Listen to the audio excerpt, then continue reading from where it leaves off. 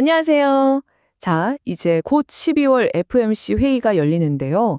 지금 시장이 뭐랄까 좀 이상한 소용돌이에 빠졌습니다. 아니, 금리를 내릴 거라는데 왜 다들 불안에 떠는 걸까요? 이 거대한 역설의 실체. 오늘 저랑 같이 한번 파헤쳐 보시죠. 아니, 생각해보세요. 모두가 그렇게 기다리던 금리 인하 소식이 들려오는데 이건 뭐 당연히 축배를 들어야 할 일이잖아요. 근데 지금 시장 분위기는 축포는커녕 오히려 막 경고등이 켜진 것 같아요. 기대감보다는 불안감이 시장을 꽉 잡고 있다는 거죠. 도대체 왜 이런 모순적인 상황이 벌어지는 건지 지금부터 그 뿌리를 한번 찾아가 보겠습니다.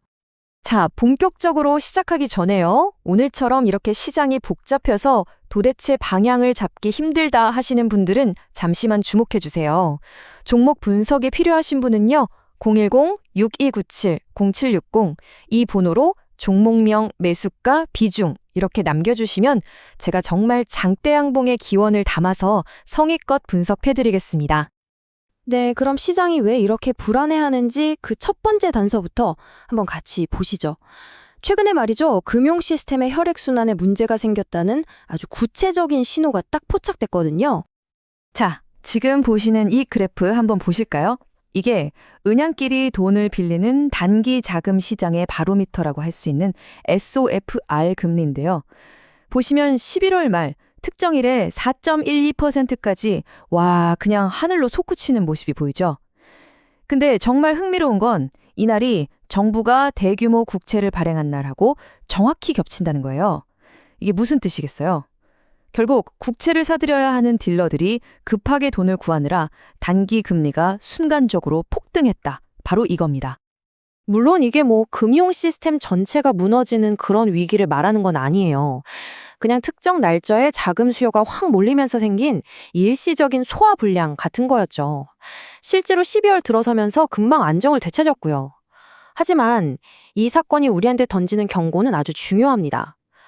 아, 지금 시장의 자금줄이 생각보다 훨씬 팽팽하게 당겨져 있구나.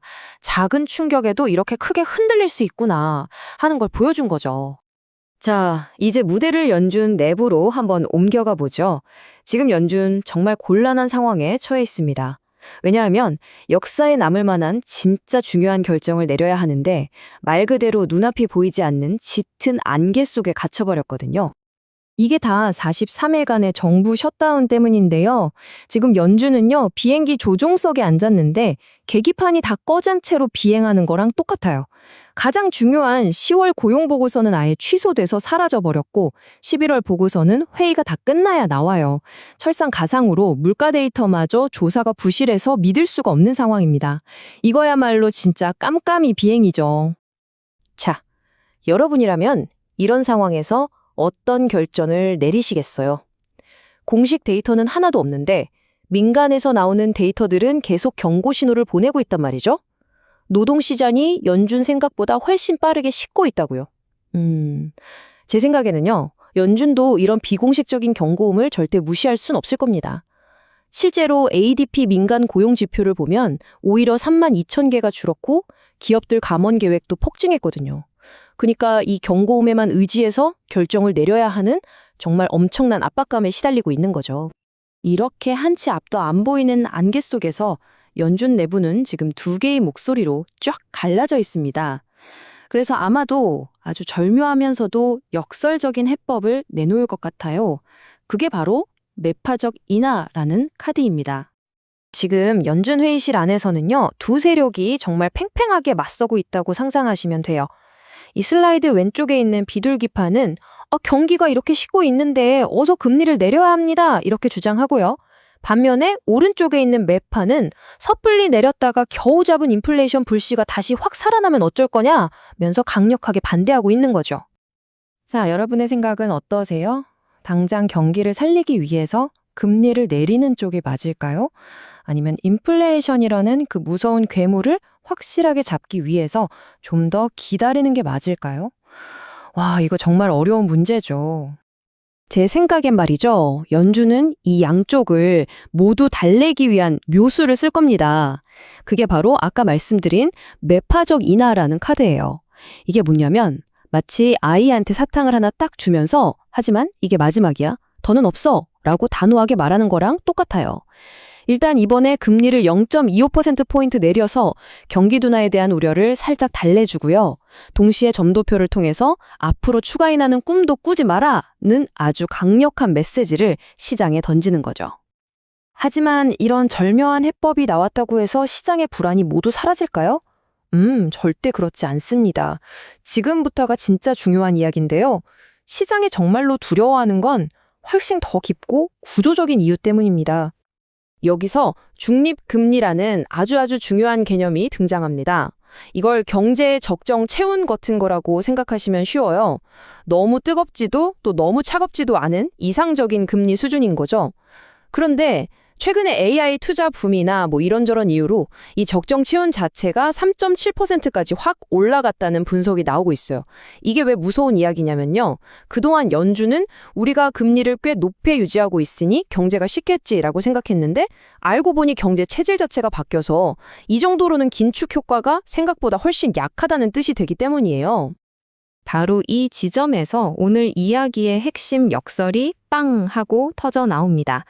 연준이 단기 정책금리를 내려도 여러분의 대출금리에 직접 영향을 주는 장기 시장금리는 오히려 올라버릴 수 있다는 거예요. 아니, 왜 그럴까요?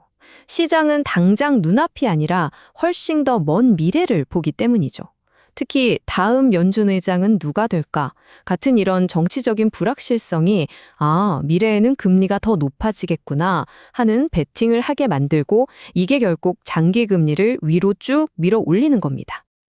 와, 정말 복잡한 시나리오가 펼쳐지고 있죠. 이럴 때일수록 든든한 나침반이 꼭 필요하지 않을까요? 도움이 필요하시다면요. 010-6297-0760 이 번호로 종목명, 매수가, 비중을 보내주세요. 여러분의 포트폴리오를 장대양봉의 기운을 담아서 제가 꼼꼼하게 분석해드리겠습니다. 자, 오늘 이야기 머릿속이 좀 복잡하시죠? 제가 딱 4가지로 정리해드릴게요. 첫째, 12월 FOMC는 금리를 내릴 가능성이 높습니다. 둘째, 하지만 이게 마지막일 수 있다는 신호를 주는 소위 매파적 인하가 될 겁니다. 셋째, 경제의 체온이라고 할 수 있는 중립금리 자체가 올라갔다는 아주 큰 변수가 생겼고요. 그래서 마지막 가장 중요한 결론은 이겁니다. 기준금리는 내리는데 시장금리는 오히려 오르는 이 기묘한 역설이 우리를 기다리고 있다는 것. 이걸 꼭 기억하셔야 합니다. 이렇게 불확실한 미래를 헤쳐나가려면 정말 정밀한 지도가 필요하겠죠. 마지막으로 한 번 더 안내해 드릴게요. 010-6297-0760 이 번호로 여러분이 갖고 계신 종목명, 매수가, 비중을 보내주세요. 저희가 여러분의 든든한 가이드가 되어드리겠습니다. 마지막으로 이 질문을 여러분께 던지면서 오늘 이야기를 마무리하려고 합니다. 한번 상상해 보세요. 2년 뒤인 2026년. 뉴스에서는 기준금리가 내린다고 막 환호하는데 정작 내 대출 이자는 오히려 오르는 세상이 온다면 우리는 과연 무엇을 또 어떻게 준비해야 할까요? 오늘 제 이야기가 그 해답을 찾아가는 첫걸음이 되었기를 바랍니다. 감사합니다.